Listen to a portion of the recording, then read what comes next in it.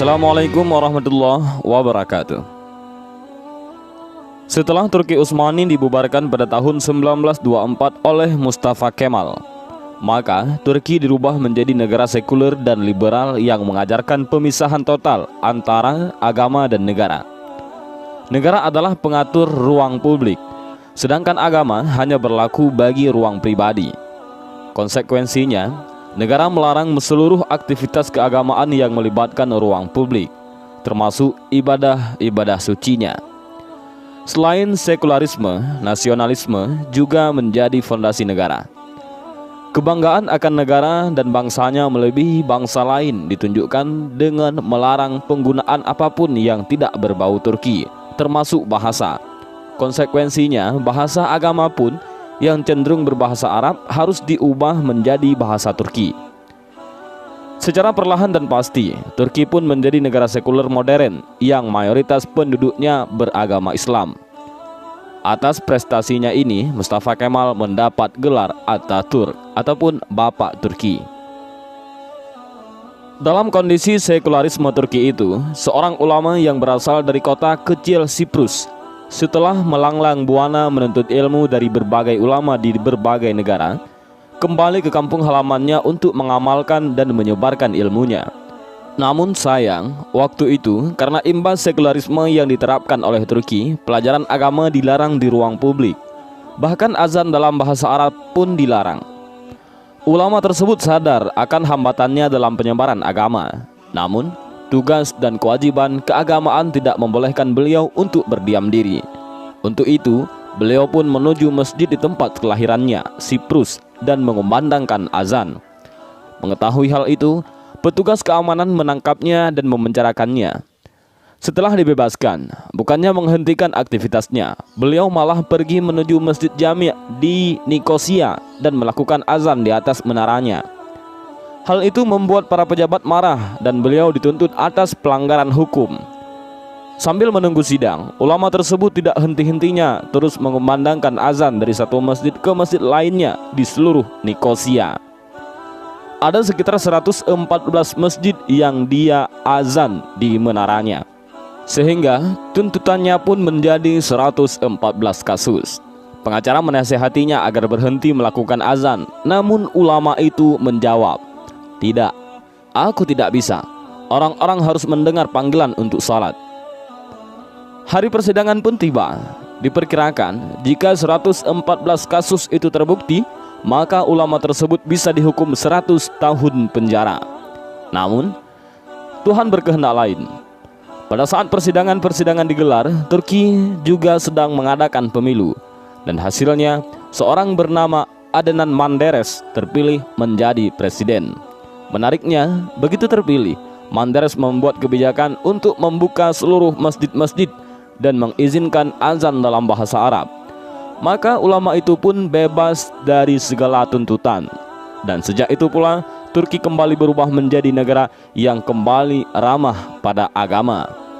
Dan benarlah ayat Al-Quran, siapa yang menolong agama Allah, maka Allah akan menolongnya. Dan inilah azan yang mengubah negara. Tahukah Anda siapa ulama tersebut? Beliau adalah Syekh Muhammad Nazim Adil Ibnu Al-Ahmad Ibnu Hasan Yashil Al-Haqqani, mursyid besar tarekat Naqsabandiyah abad ini. Beliau dilahirkan pada tahun 1922 Masehi ataupun bertepatan 1341 Hijriah di kota Larnaca, Siprus. Beliau dilahirkan dari keturunan yang mulia. Dari sisi ayahnya, silsilahnya sampai kepada sufi besar Islam, Syekh Abdul Qadir Jailani, pendiri tarekat Qadariyah. Sedangkan dari sisi ibunya, silsilahnya menembus sampai kepada sufi dan penyair besar Jalaluddin Rumi. Jadi, pada dirinya ada pertemuan dua samudera tasawuf Islam. Pendidikannya dimulai di sekolah umum pada pagi harinya dan sekolah agama di sore harinya. Sejak kecil telah terlihat tanda-tanda kecerdasan dalam dirinya sehingga beliau beranjak dewasa. Setelah tamat sekolah umum setingkat SMU, Syekh Nazim muda menghabiskan malam harinya untuk mempelajari tarekat Maulawiyah dan Qadiriyah. Beliau juga mendalami ilmu-ilmu syariah, fikih, hadis, logika, dan tafsir Al-Quran. Dengan kecerdasan dan keluasan wawasannya di usia yang relatif muda, beliau pun mampu menjelaskan perkara-perkara agama yang luas dan mendalam dengan gaya yang menarik dan mudah dipahami. Pada tahun 1940 Masehi, Syekh Nazim pindah ke Istanbul untuk melanjutkan pendidikannya di Universitas Istanbul dengan mengambil jurusan teknik kimia. Syekh Nazim menamatkan pendidikannya di teknik kimia dengan baik, tetapi semangat keagamaannya mengarahkannya lebih mencintai ilmu-ilmu agama, terutama tasawuf. Karena itulah ketika dosen di universitasnya menyarankan agar melakukan penelitian, beliau berkata, "Saya tidak tertarik dengan ilmu modern. Hati saya selalu tertarik kepada ilmu-ilmu spiritual." Hasilnya, beliau pun mendalami ilmu-ilmu spiritual baik dimensi esoteris maupun eksoteris, syariat maupun hakikat. Sebagaimana para sufi umumnya, suatu yang menonjol pada diri Syekh Nazim adalah penghormatan kepada Nabi Shallallahu Alaihi Wasallam, ahlul baitnya, dan para sahabatnya yang terpilih yang menjadi silsilah keagamaan. Karenanya, salah satu bahagian terpenting dari nasihat Syekh Nazim adalah menjaga agama adalah dengan menjaga kemuliaan Rasulullah Shallallahu Alaihi Wasallam, ahlul bait dan sahabatnya tersebut. Baginya, dengan menjaga kehormatan mereka itulah Allah akan menjaga kita. Sebab cinta kepada Nabi merupakan bahagian penting ajaran ilahi. Beliau berkata, tujuan kita adalah untuk melindungi serta menggambarkan pribadi Nabi Shallallahu Alaihi Wasallam dengan sifat-sifatnya yang agung. Kita menyampaikan salawat dan salam kepadanya dan ahli baitnya serta sahabat-sahabatnya, yang dengan itulah Allah mendukung kita.